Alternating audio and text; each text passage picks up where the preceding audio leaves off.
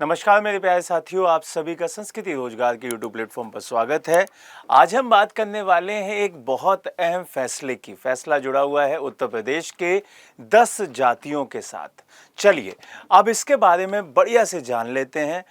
And तक देखिएगा, जिससे कि अगर ये फायदा आपको मिल सकता है तो इसका फायदा उठा लीजिएगा। अगर आप उन 10 जातियों में आते हैं जिन जातियों के लिए यहाँ पर उत्तर प्रदेश सरकार ने ये घोषणा करी है कि भाई उनको ये फायदा दिया जाएगा, तो आपको एंड तक देखना पड़ेगा। आपको एंड तक अपनी जो जाति है वो देखनी होगी, क्या वो उस कैटेगरी में आ रही है जिस कैटेगरी के लिए यहाँ पे उत्तर प्रदेश सरकार ने ये फैसला लिया है। चलिए यहाँ पर स्टार्ट करते हैं। आप सभी को पता है कि मुख्यमंत्री आवास योजना हर स्टेट में चलती है। जैसे प्रधानमंत्री आवास योजना चलती है, वैसे ही राज्यों के अंतर्गत मुख्यमंत्री आवास योजना भी चलती है। उत्तर प्रदेश में भी सेम उसी तरीके से, उसी पैटर्न पर यह योजना रन की जाती है। अब इस योजना के तहत मुख्यमंत्री आवास योजना जिसका नाम है, उसके तहत घर दिए जाते हैं और उन्हीं घरों में अब 10 जातियों को अहम प्रायोरिटी पर रखा गया है। उन्हें वैल्यू दी जा रही है कि भाई आप पीछे रह गए हैं, आपको इसका फायदा नहीं मिल पा रहा है, तो अब आपको आगे रखा जाएगा, आगे के पायदान पर अब आप रहेंगे। अब ये जो मुख्यमंत्री आवास योजना है वो ग्रामीण और शहरी दो अलग अलग पार्ट्स में चलती है। तो ये जो घोषणा की गई है वो ग्रामीण डिपार्टमेंट में की गई है। क्लियर हुई ये बात। यहां से अब पूरी की पूरी न्यूज के बारे में बात कर लेते हैं कि ये न्यूज क्या है, ये चीजें क्या पूरी की पूरी वेरीफाई करती हैं या चीजें सिर्फ और सिर्फ ऊपरी बातें हैं।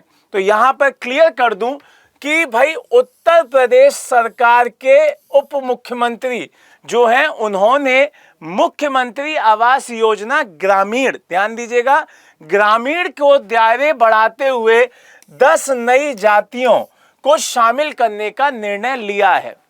आप सभी को पता है कि उत्तर प्रदेश के जो उप मुख्यमंत्री हैं श्री केशव प्रसाद मौर्य जी, उनके हिसाब से जो उन्होंने ग्रामीण भ्रमण किया था उसके दौरान कई सारे समुदायों को देखा कि भाई उनकी जो आर्थिक स्थिति है वो बहुत ज़्यादा लो है। इसी वजह से आवास की जो मांग हो रही थी उनको देखते हुए उन्होंने ये डिसीजन लिया है, उन्होंने ये कदम उठाया है। अगर हम बात करते हैं मुख्य बिंदुओं की कि भाई इसमें कौन कौन सी जातियां शामिल होंगी, अब यहां पे फोकस कीजिएगा क्योंकि उत्तर प्रदेश के एग्जाम में यहां से सवाल बहुत जरूरी है कि बन जाए। तो यहां पे जो नई जातियां हैं वो है आपकी भोटिया, एक आती है आपकी जौनसारी, एक आती है आपकी राजी, एक आती है आपकी गोंड, उसके साथ साथ आपको मिल जाएगी खरबार, खरबार के बाद परहिया, एक आपका पंखा, एक आपकी अगरिया, एक आपकी पटारी और एक आपकी भुइया। तो ये जो सारी की सारी आपकी 10 जातियां हैं, इसके अंदर भी बहुत सारी आपकी उपजातियां हैं, उनको भी ये फायदा मिलेगा। जैसे कि आपकी गोंड के अंदर धुरिया है, ओझा है, नायक है, पठारी है, राजगोंड है, जैसे खरबार को हम लोग खैरबार भी कह देते हैं। ये सारी की सारी जातियों को यहाँ पर फायदा मिलेगा। मैं 10 की 10 दोबारा से एक बार रिपीट कर देता हूं। आपकी भोटिया, जौनसारी, राजी, गोंड, धुरिया, ये सारे के सारे आप रहेंगे और खरबार, परहिया, पंखा, अगरिया, भटिया और आपका कौन सा है भैया, भुइया, ये सारी की सारी चीजें आपको ध्यान रखनी है। अब यहाँ पे फोकस करना कि जो इसकी प्राथमिकता श्रेणी है उसको भी जान लीजिए कि इन जातियों को योजना की प्राथमिकता श्रेणी में रखा गया है ताकि इन्हें पहले आवास दे दिया जाए, आवंटित कर दिया जाए। अगर मैं क्षेत्र की बात करता हूं कि भाई कौन से क्षेत्र में इसका फायदा ज्यादा मिलेगा, तो पूर्वांचल और तराई क्षेत्रों के जिलों में इसका ज्यादा फायदा मिलेगा। उसमें कौन कौन से जिले आते हैं, एक आता है आपका महाराजगंज, एक आता है सिद्धार्थनगर, एक बस्ती, एक गोरखपुर, देवरिया, मऊ, आजमगढ़, जौनपुर, बलिया, गाजीपुर, वाराणसी उसके साथ साथ मिर्जापुर, सोनभद्र, चंदौली, कुशीनगर, भदोही, संत कबीर नगर, इनके लिए मतलब जो पूर्वांचल का एरिया है और जो तराई वाला एरिया है, अगर मैं आपको मैप पे दिखाऊं तो आप बहुत इजीली देख पाएंगे। जो ये क्षेत्र दिखाई दे रहा है यहां पर और जो ये वाला एरिया दिखाई दे रहा है इस जोन में, इसका फायदा ज्यादा दिखाई देगा। यहां पे पूर्वांचल और तराई वाले एरिया में आपको ज्यादा फायदा दिखाई दे रहा है। एक एरिया आपका बुंदेलखंड वाला भी है, जो ये एरिया कहलाता है, ये है आपका बुंदेलखंड। क्लियर है बेटा? तो यहां पर एक चीज बहुत अच्छे से समझ लीजिएगा, जितने भी मेरे भाई बहन हैं, जितने भी मेरे साथी हैं, वो तीनों जोन समझ गए होंगे कि भाई ये एरिया कहां पड़ता है। फिर अगर हम नीतिगत आधार की बात करते हैं तो ये जो विस्तार किया गया है वो केवल प्रशासनिक आदेश नहीं होगा, बल्कि एक सामाजिक समावेशन की बात रखी गई है कि भाई जो लोग पीछे रह गए हैं उनको अब आगे बढ़ाना है। और अगर मैं संवैधानिक डाटे की बात करता हूं तो आर्टिकल नंबर 46 भी ये कहता है कि जो आपके कमजोर वर्ग हैं, विशेषकर SC ST, तो उनके शैक्षिक और आर्थिक हितों को हमें बढ़ावा देना चाहिए। क्लियर है? तो आर्टिकल नंबर 46 भी याद रखिएगा। अब यहां से आगे बढ़ते हैं और योजनाओं की जो विशेषताएं हैं उनकी बात करते हैं। तो यहां पे जो भवन का क्षेत्रफल होगा वो मिनिमम आपका 25 वर्ग मीटर होना अनिवार्य है। इसमें रसोई का क्षेत्र पूरा इंक्लूड रहेगा। अगर हम स्वामित्व की बात करते हैं तो यहाँ फीमेल के नाम पे भी हो सकता है और जॉइंट भी हो सकता है, पत्नी के नाम पर भी और पति पत्नी दोनों के नाम पर भी। तो ये चीज आपको ध्यान रखनी है। दूसरा बेटा यहाँ पे आपको एक और चीज ध्यान रखिएगा।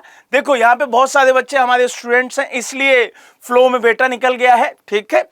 तो यहाँ पे आप लोग इस चीज को ध्यान रखिएगा कि ये जो आपका पूरा का पूरा आवास प्लस 2024 ऐप यहां पर लॉन्च हुई थी, उसके माध्यम से आइए सारी की सारी जानकारी ले सकते हैं। अब बात कर लेते हैं मुख्यमंत्री आवास योजना की, और वो भी ग्रामीण क्षेत्र वाली। इसकी स्टार्टिंग हुई थी 2018 में और इसका उद्देश्य ये रखा गया था कि भाई उन लोगों को आप घर दीजिए जो कि आपके बहुत ही लो क्लास फैमिली में आ जाते हैं, उन लोगों को आप इसमें घर दीजिए। अब प्रधानमंत्री आवास योजना जो ग्रामीण पात्रता की सूची थी उसको यहां पे शामिल नहीं हुए थे। दूसरा, ग्राम्य विकास विभाग उत्तर प्रदेश के द्वारा यह संचालित किया जाता है। इसमें वित्त सहायता अगर आप देखें तो मैदानी क्षेत्रों में आपको 1.20 लाख और नक्सल प्रभावित जो पहाड़ी क्षेत्र हैं वहां पे 1.3 लाख का पैसा दिया जाता है। अगर अन्य लाभ की बात करें तो मनरेगा के तहत 90 से 95 दिन की जो मजदूरी और स्वच्छ भारत मिशन के तहत शौचालय निर्माण हेतु भी 12,000 रुपया अलग से दिया जाता है। यह चीज आपको ध्यान रखनी है। अब एक तरफ प्रधानमंत्री आवास योजना ग्रामीण चलता है, एक तरफ आपका मुख्यमंत्री आवास चलता है, वो भी ग्रामीण। तो यहां पे सीधा सीधा जो अंतर आपको दिखाई दे रहा होगा, यहां केंद्र और राज्य का जो रेशियो है वो 60 और 40 का है। यहां पे 100% राज्य सरकार के द्वारा ये पोषित रहता है। दूसरा, योजना के तहत जो लाभार्थी हैं उनकी अगर मैं बात करूं तो यहां पर इस योजना के तहत सबसे कमजोर वर्गों पर फोकस किया जाए तो पहला है प्राकृतिक आपदा जो कभी आई हो और उसके शिकार परिवार हुए हो उनको। अगर काला ज्वार के तहत कोई परिवार प्रभावित होता है उसका। अगर हम बनटंगिया, मुसहर, कोल जनजाति के परिवार हैं उसका। कुष्ठ रोग से जो प्रभावित व्यक्ति हैं उनको। यहां पर एक होता है जैपनीज इंसेफेलाइटिस जिसे हम जेई कहते हैं। एक आपको दिखाई दे रहा होगा AES जिसे हम एक्यूट एंसेफ्लाइटिस सिंड्रोम कहते हैं, उनसे अगर प्रभावित होता है तो। फिर यहां पे अब जो नया जुड़ाव दिखाई दिया है वो दिखाई दे रहा है 10 नई जो अनुसूचित जनजातियां हैं उनको जरूर याद रखिएगा। दूसरी चीज ये बहुत इंपॉर्टेंट हो जाता है कि अगर कोई सरकार वहां की ट्राइबल जो एरिया के लोग हैं उनके लिए चीजें कर रही है, तो इससे वहां के लोग और ज्यादा मजबूत होते हैं। तो यहाँ पे अगर चुनौतियों की बात की जाए तो यहाँ पे जाति प्रमाण पत्र की जटिलता, कई सारे जो जनजाति परिवार हैं उनके पास कोई ऑफिशियल आपका कोई सर्टिफिकेट नहीं होता है, इस वजह से काफी परेशानी हो सकती है और इसी वजह से वहां पे जागरूकता का अभाव देखा जा सकता है। तो ये सारी चीजें आपको सरकार के द्वारा और करनी पड़ेंगी, कैंपेनिंग करनी पड़ेगी। तो ये एक इंपॉर्टेंट डिसीजन है जो उत्तर प्रदेश सरकार ने लिया है। अब आपको कमेंट बॉक्स में यहां पे आंसर देना है कि निम्नलिखित में से कौन सी जाति मुख्यमंत्री आवास योजना ग्रामीण की प्राथमिकता श्रेणी के पहले से ही शामिल थी, हालिया में नहीं, पहले से ही शामिल थी। तो आपके पास 4 ऑप्शन है, आपको बताना है कि वो कौन सा ऑप्शन है जो इसका सही आंसर है। नए टॉपिक के साथ दोबारा मिलेंगे, तब तक के लिए मुस्कुराते रहिए, मस्त रहिए, सीखते रहिए। जय हिंद, जय भारत।